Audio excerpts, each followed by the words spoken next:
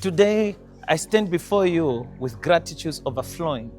My deepest thanks to the Angola Youth Council, the Pan-African Union, the organizers, the tireless stakeholders, and the very invincible hands that made this magnificent gathering possible. My fellow Africans, whether your feet are planted firmly in this red soil, or you stand oceans away in the diaspora, hear me when I say this. There is nothing new under the African sun.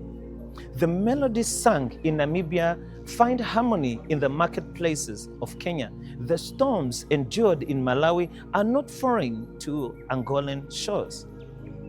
Our joys and sorrows, our dances, our drumbeats, even the cadence of our laughter, these are the fingerprints of a shared heritage. This is not weakness, this is our Africa's greatest strength. If we are to rise, it will not be through rivalry, but through the claspings of hands across the borders. Summits and conferences must not be echo chambers of our pain. They must be laboratories of our solutions. What blooms in Kenya should be planted in Burkina Faso. Namibia's victories must be carried to Tanzania. Ghana's strategies can breathe life into Cape Verde, just as Mozambique's triumph can inspire Congo-Brazzaville. For too long, the refrain has been, the youth are not given the chance. But the Africa we dream of will not be handed to us in a silver bowl. We must forge it with our own hands. If the doors is closed, let's build another entrance. If there is no table, let us carve one from the wood of our resilience. Leadership is not born in the corridors of parliament. It is born in the quiet acts of service in our street, in our home, in the very soul of our community. We have been gifted one of the greatest tools humanity have ever known, which is technology. Yet instead of using it to shape revolutions, we often drown in its noise.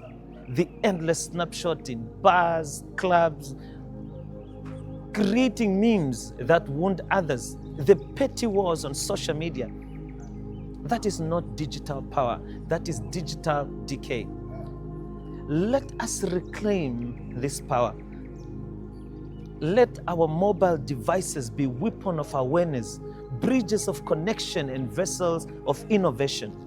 From Kampala's bustling street to the golden lights of Lagos, from Nairobi's vibrant heart to Kigali's rising skyline, from Johannesburg's pulse to Dakar's rhythm. Let African youth rise and speak with a voice so united that the world cannot ignore it. Let us speak too of a quieter enemy, mental health. A society that starves the mind cannot feed its future. A wounded mind becomes a silent voice. A silent voice becomes idle hands, and idle hands build nothing. Mental health is not a side note. It is the foundation of a strong Africa. A mind healed is a citizen empowered. A citizen empowered is a nation unstoppable. So I say to you, the future is not a shadow waiting in some distant year. The future is now.